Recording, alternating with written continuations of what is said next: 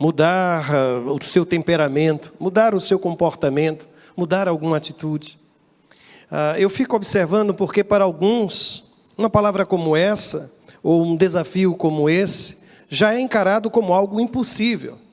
Talvez você olhe para os seus pais, avós, e vai dizer: pastor, mas eu tenho uma herança. Eu carrego comigo as marcas deixadas por um pai indiferente.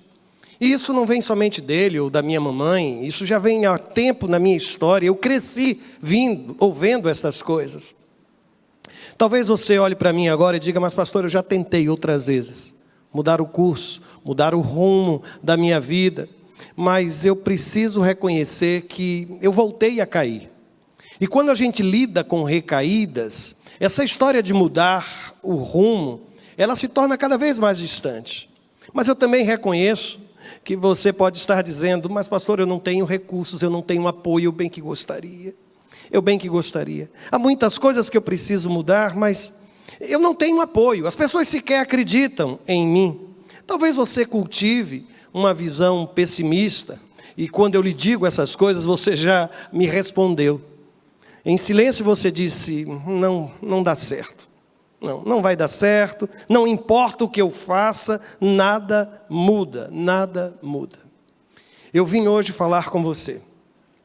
Talvez você tenha sido já, inclusive, abordado por pessoas que lhe amam, e que têm dito exatamente isso a você: você precisa dar um rumo em sua vida. Você precisa mudar de postura. E eu sei que, neste momento, o que me vem à mente é aquela justificativa de Nicodemos, quando ele encontrou-se com Jesus e disse: eu não posso entrar, eu não posso voltar ao útero da minha mãe e simplesmente nascer de novo. Eu tenho uma história, eu tenho um passado, eu não sei lidar com isso. Como é que eu posso mudar o curso da minha história? Eu quero lhe dizer que é possível, sim. É possível. E aquele que prega o Evangelho, aquele que vive o Evangelho, vive debaixo desta certeza, por uma razão muito simples: um dia, Jesus mudou o curso da minha história. Jesus mudou o curso da minha história. E para que você entenda isso, eu fui buscar, o Espírito Santo de Deus levou-me a pensar no texto de Êxodo, no capítulo 14. Os versos são os versos de 1 a 4. Israel acabara de sair do Egito, possivelmente ainda eufóricos com tudo o que aconteceu, as pragas. Eu até acredito que alguns estavam ali sem acreditar que tinham deixado para trás o Egito. Eles estavam a caminho da terra da promessa. Eles não tinham muita ideia do que iria acontecer. Mas sabe aquele senso de urgência? Vamos sair. E sair sem olhar para trás. O interessante é que, em meio a essa experiência do êxodo, da saída do povo de Deus, acontece uma ordem, no mínimo estranha, vinda da parte do Senhor. Neste capítulo 14 de Êxodo, nos versos de 1 a 4, está escrito o seguinte: disse o Senhor a Moisés: diga aos israelitas que mudem o rumo. Está vendo aqui? Mudem o rumo. E acampem perto de Pi-Airote, entre Migdol e o mar. Acampem à beira-mar, defronte de Baal-Zefon. O faraó pensará que os israelitas estão vagando confusos, cercados pelo deserto. Então endurecerei o coração do faraó e ele os perseguirá. Todavia, eu serei glorificado por meio do faraó e de todo o seu exército. E assim fizeram os israelitas. Mudanças de rumo não significam, na verdade, mudança no destino final. E eu aprendi com este texto da palavra. Porque aqui a expressão rumo bem poderia ter sido traduzida por rota, trajeto, percurso. Eu não sei se você é um desses que, mesmo quando usa o Waze, faz questão de contrariar a orientação do aplicativo. E faz questão de fazer um outro curso. Muda o caminho, muda o trajeto. E de repente o que é que ele faz? Ele começa a recalcular a rota. Recalculando. E quando isso acontece, quando você está sem sinal, isso é motivo normalmente de algum conflito familiar dentro do carro. Você não escuta ninguém, nem o aplicativo, não é possível uma coisa dessas. E qual é a resposta dele, se é ele quem está no volante?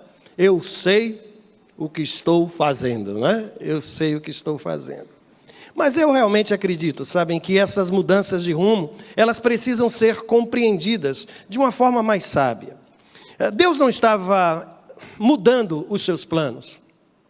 Israel continuava caminhando em direção à terra da promessa. Mas houve um momento em que Deus disse claramente assim, veja o versículo 2.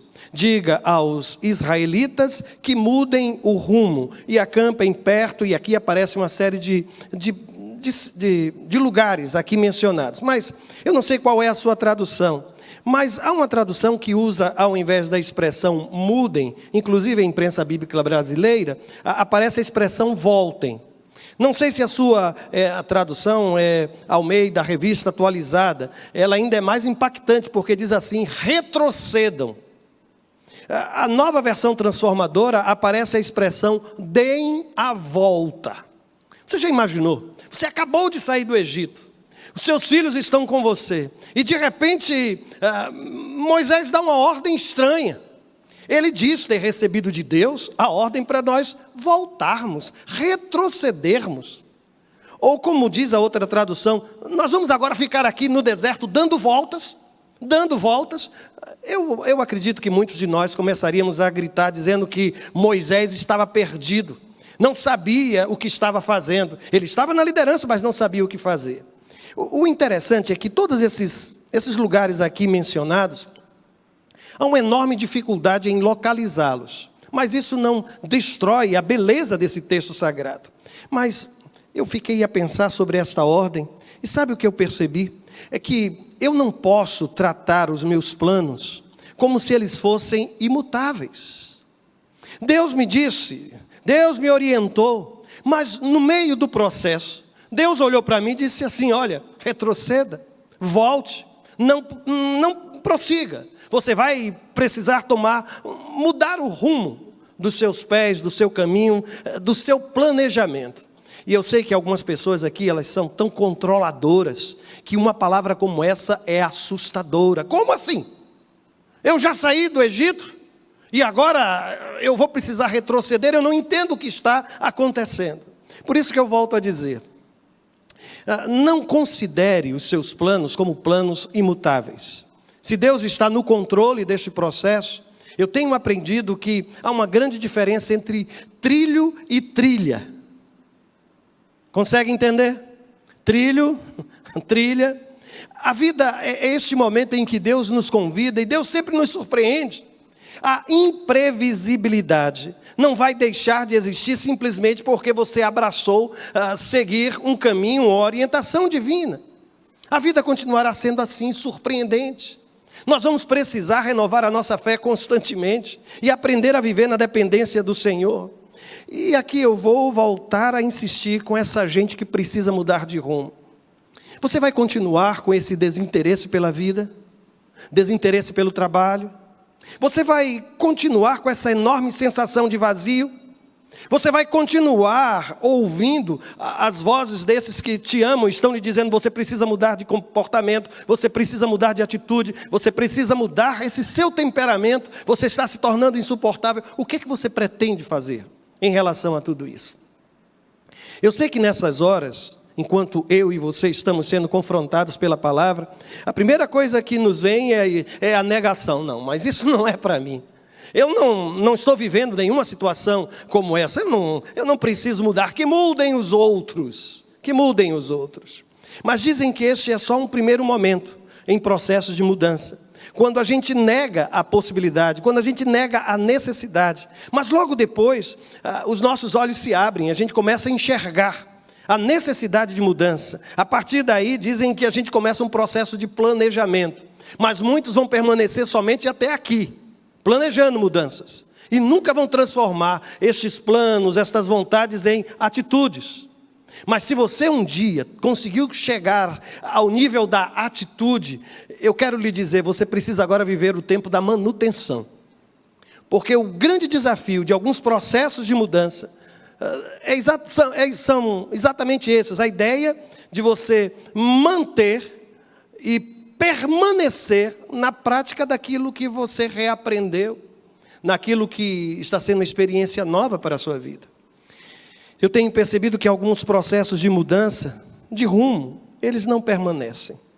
Cessada a pressão, cessada a urgência, cessa também toda e qualquer motivação. E aqui, deixe-me lhe dizer, eu aprendi com esse texto da palavra, que a urgência de chegar ao destino não pode ser usada para justificar a escolha de qualquer caminho. Quem define o trajeto é Deus.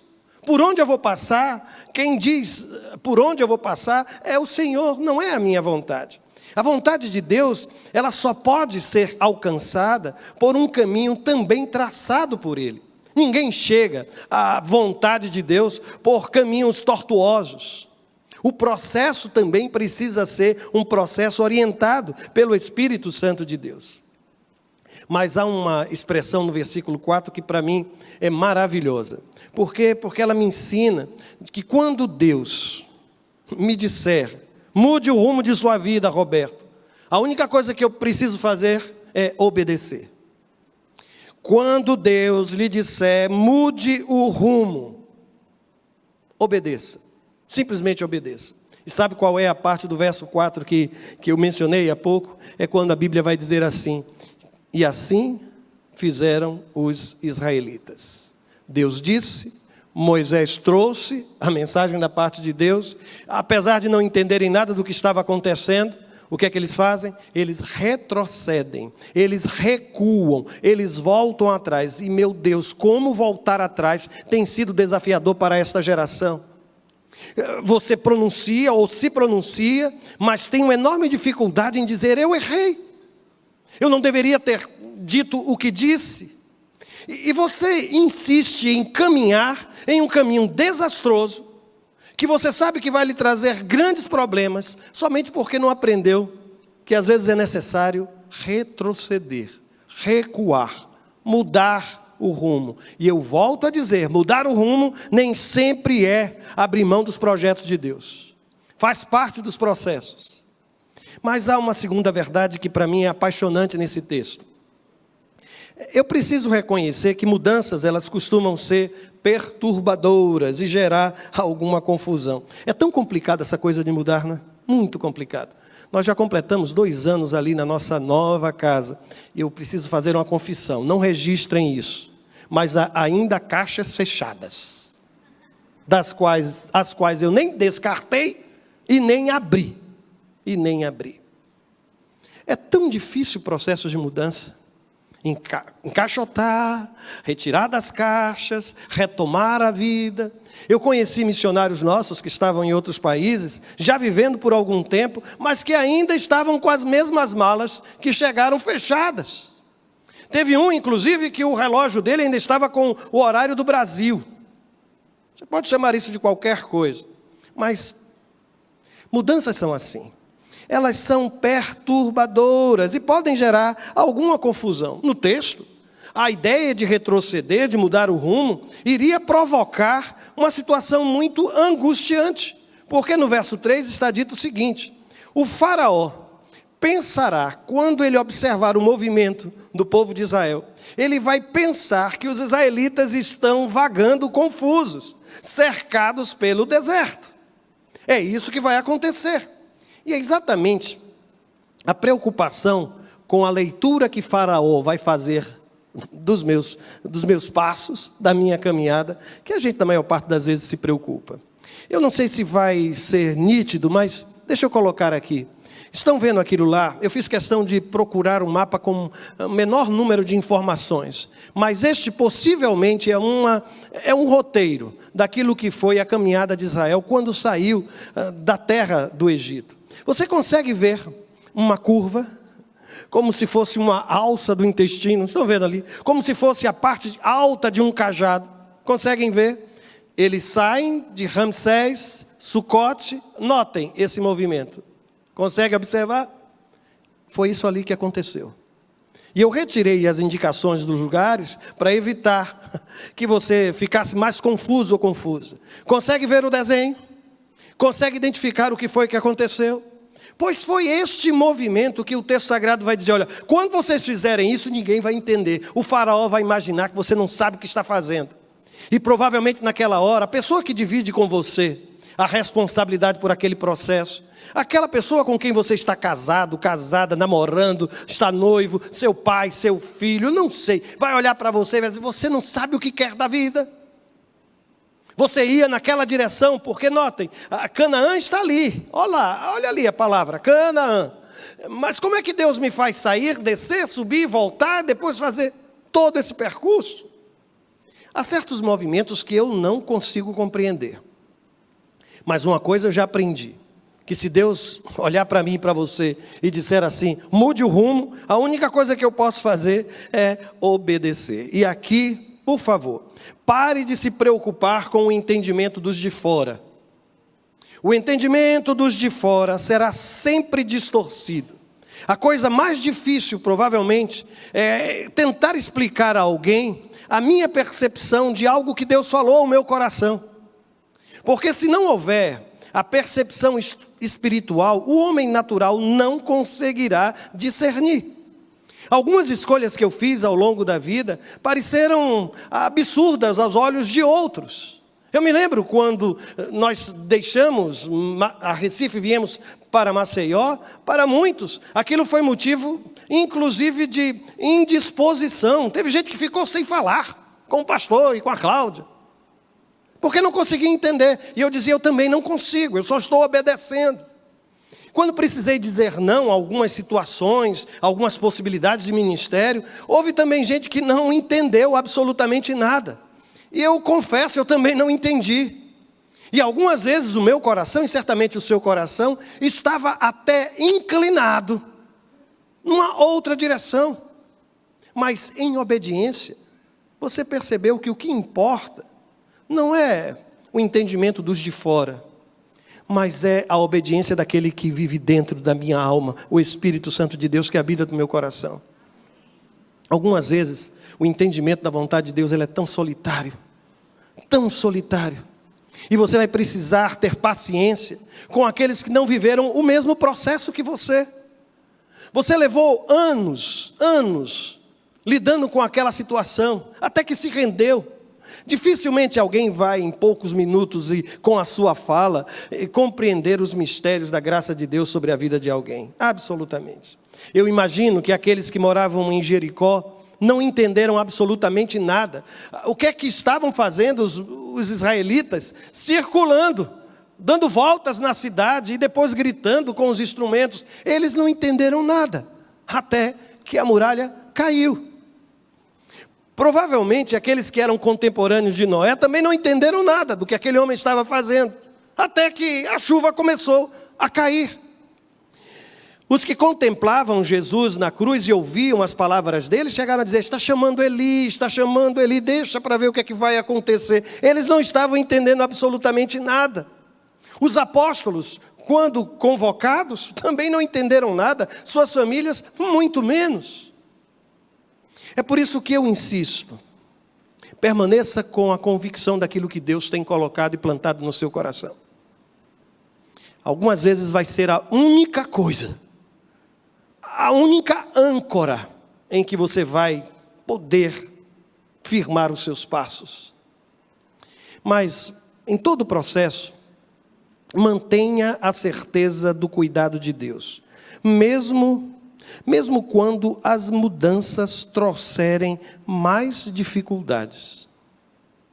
Porque eu acredito que no meio daquele povo de Israel, quando eles recuaram e tomaram conhecimento de que o recuo gerou no coração de Faraó o desejo de voltar a persegui-los, devem ter dito o quê? O que é que você imagina?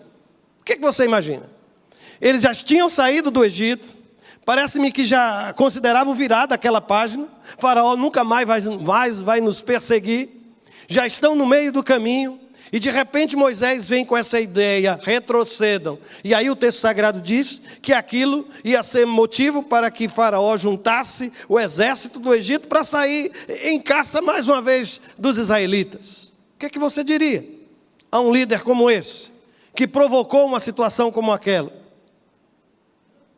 Eu acho que nessas horas nós sempre temos uma necessidade de culpar alguém, de colocar no colo de alguém a responsabilidade do que estava acontecendo, mas quem quer viver uma vida de santidade, quem tem o propósito de viver uma vida de intimidade com Deus, precisa entender que processos assim são muito custosos. Você se recorda de Davi? Sabe qual foi o período de vida de Davi mais complicado e mais difícil?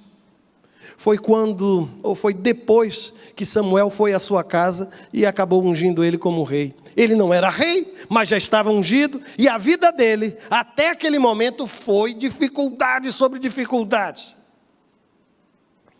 Você já pensou no que aconteceu com Lázaro?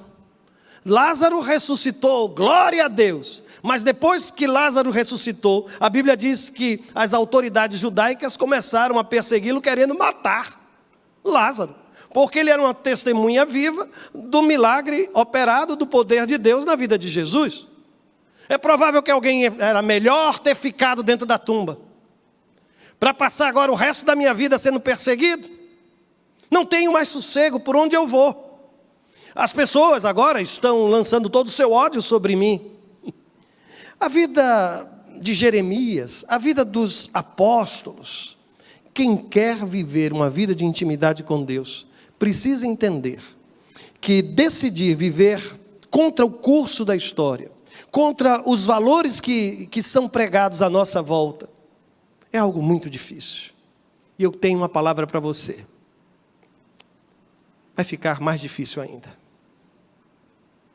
Decidir viver a fé em uma sociedade como a nossa vai se tornar cada vez mais difícil. O preço, o valor, sabe, o preço pago por essa experiência vai se tornar mais difícil. Houve um tempo nesse país que afirmar ser evangélico, cristão, era motivo talvez só de zombaria ou de indiferença. Mas os irmãos já percebem que essas coisas estão mudando. Mas me permita lhe dizer que quando esses processos forem vividos, que quando o rumo de sua história for mudado, haverá sempre alguém observando. Sempre haverá alguém observando. Eu fui resgatar, eu procurei até que eu encontrei um texto de Mary Rita Carzan, se eu não me engano, este é o nome dela. Ela escreveu esse texto no dia do seu casamento. Isso já deve ter mais de 25 ou talvez 30 anos. Depois ele foi dado como anônimo, pessoas começaram a colocar nomes de pessoas ilustres como autores do texto desta mulher. Ela escreveu isso homenageando a sua mamãe no dia do seu casamento. E ela, no texto que escreveu, disse o seguinte: quando você pensava que eu não estava olhando. E ela disse assim: quando você pensava que eu não estava olhando, você pendurou o meu primeiro desenho na geladeira e eu quis pintar outro. Quando você pensava que eu não estava olhando, você deu comida a um gato perdido e eu pensei que era bom cuidar de animais. Quando você pensava que eu não estava olhando, você fez um bolo de aniversário só para mim. E eu entendi que coisas pequenas eram especiais. Quando você pensava que eu não estava olhando, você orou. E eu acreditei que havia um Deus com quem eu sempre podia falar. Quando você pensava que eu não estava olhando, você me deu um beijo de boa noite e eu me senti amada. Quando você pensava que eu não estava olhando, você orou, por mim, aqui, voltei no slide aqui, perdão. Quando você pensava que eu não estava olhando, eu vi lágrimas descendo dos seus olhos. E eu aprendi que às vezes coisas doem, mas que não faz mal a gente chorar. Quando você pensava que eu não estava olhando, você sorriu e me fez querer ficar bonita, daquele jeito também. Quando você pensava que eu não estava olhando, você se importou e eu quis ser tudo o que podia. Quando você pensava que eu não estava olhando, eu olhava e queria lhe agradecer por todas aquelas coisas que você fez quando você pensava que eu não estava olhando. Isso, para quem é pai e é mãe, serve como um grande despertamento. Porque normalmente Nós ensinamos aos nossos filhos muito mais quando nós não estamos dando uma ordem direta, esclarecendo, sentados à mesa com a Bíblia aberta. Nós ensinamos quando nós pensamos que eles não estão olhando. Não estão olhando. Mas lembra-se o que foi que eu disse, há sempre alguém olhando para você. E Faraó e os egípcios, mesmo depois de Israel ter deixado as terras do Egito, ainda permaneciam sobre a observação de Faraó. E aqui a gente mergulha num texto complicado, não é?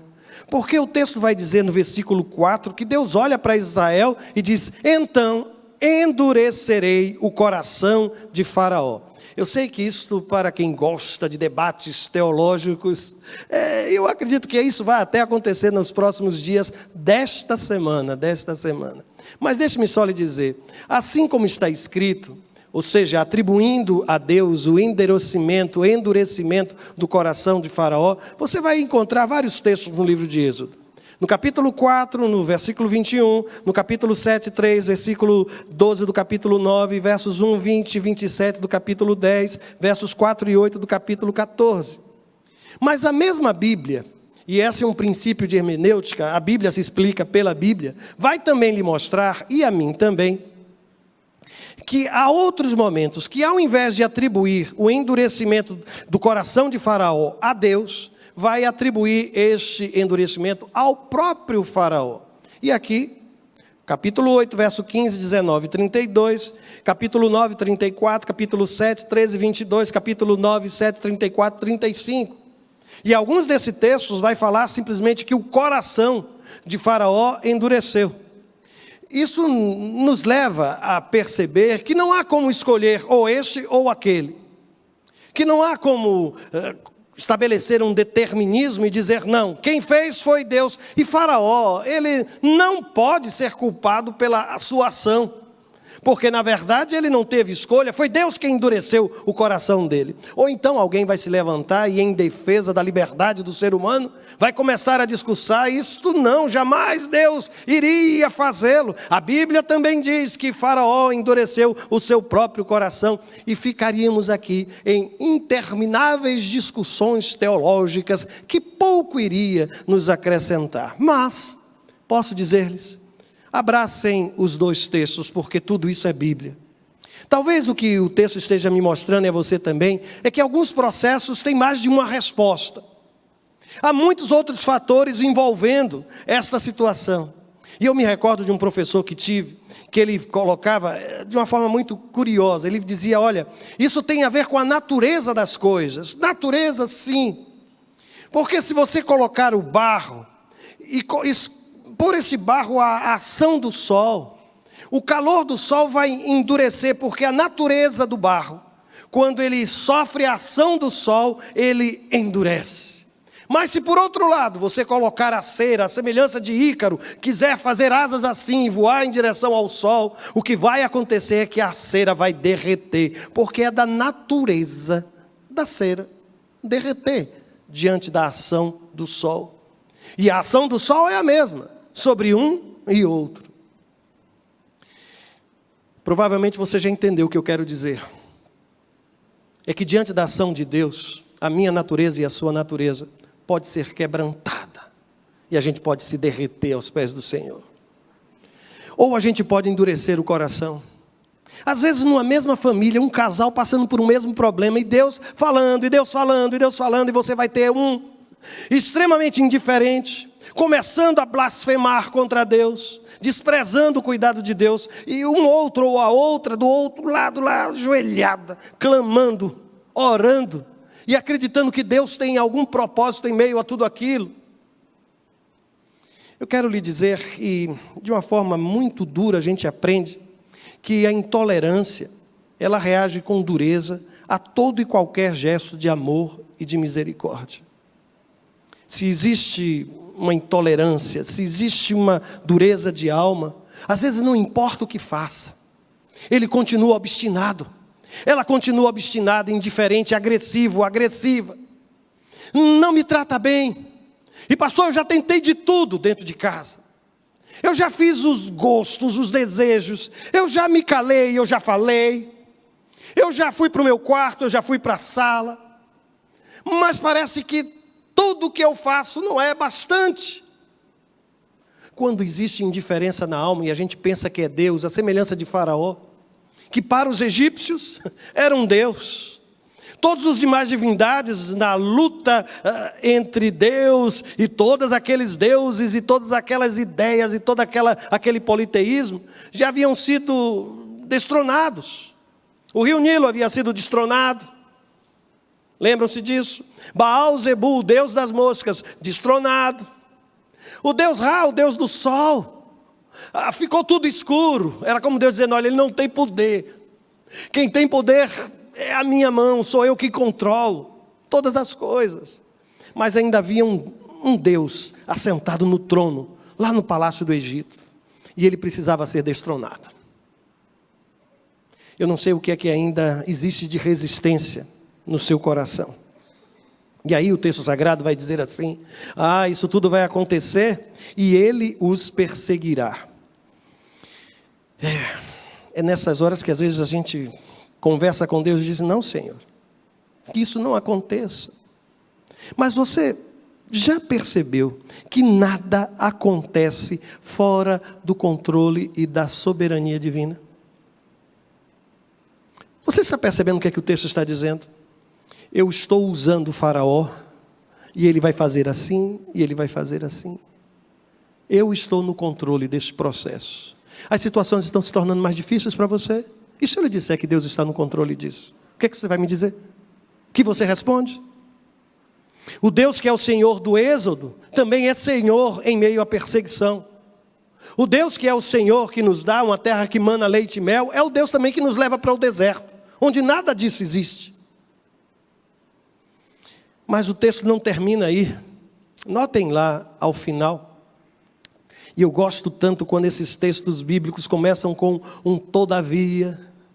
É tão bom, né? Quando a gente encontra na vida assim um todavia, mas, porém. Isso é tão bom. E o todavia deste verso diz assim, eu serei glorificado por meio do Faraó e de todo o seu exército. Até então, Faraó não reconhecia a glória de Deus. E aqui, irmãos, eu preciso me render a esta verdade. Nunca foi a terra prometida. Deus nunca esteve comprometido simplesmente com o bem-estar do seu povo. Você pensa que é para isso? Que Deus está deslocando você, convidando você a mudar de rumo, mudar de atitude? Você pensa que é para você viver mais confortável? Talvez não. Talvez até quando você assumir essa postura, que você precisa tomar e começar a dizer não àquilo que Deus não deseja na sua vida, como atitude, como comportamento, você vem até ser perseguido. Mas é muito melhor ser perseguido debaixo da vontade de Deus e cumprindo a vontade de Deus, do que viver sem perseguição alguma, sem incomodar nada em ninguém, com um discurso de evangelho conformado a tudo isso que a gente está vendo. Não abra mão da sua integridade, absolutamente. Porque nunca foi a terra prometida, nunca foi o bem-estar do seu povo. Sempre foi a glória de Deus. E então ele diz, olha, Faraó, em Faraó, o meu nome há de ser glorificado. O meu nome há de ser glorificado. Entendeu por que foi que eu disse que eu orei tanto por você? Você consegue entender por que foi que eu lhe disse que enquanto Deus falava ao meu coração, enquanto a mensagem estava sendo construída, eu orava por você que está agora aqui e que tem pensado seriamente sobre mudanças na sua postura, no seu modo de ser, no rumo de sua vida, no curso de sua história? Eu vim aqui lhe dizer que é possível mudar. Que é possível entregar o controle da vida nas mãos do Senhor. E se esse for o seu desejo, de mudar, mas de mudar de verdade. Porque alguns projetos de mudanças, parece que eles só têm um propósito, deixar tudo como está. A gente cria um discurso bonito, mas na verdade não modifica absolutamente nada em nosso comportamento, em nossa atitude, em nossa agenda. Eu estou falando com você que tem vivido essa angústia. Eu preciso mudar. A minha vida precisa mudar. Eu preciso buscar mais sinceramente a Deus. Eu preciso dar valor a algumas coisas que eu tenho desprezado. Em nome de Jesus. Este é o momento em que o Senhor está lhe desafiando, dizendo: olha, retroceda, mude, volte. Talvez isso se torne um problema. Talvez alguém volte a se levantar para perseguir você. Mas o meu nome vai ser glorificado na sua vida. Chegou o momento de você escolher. Feche os seus olhos, converse com Deus, prepare o seu coração, a sua alma. E se o seu desejo for realmente um desejo de mudança, diga isso ao Senhor nesta hora.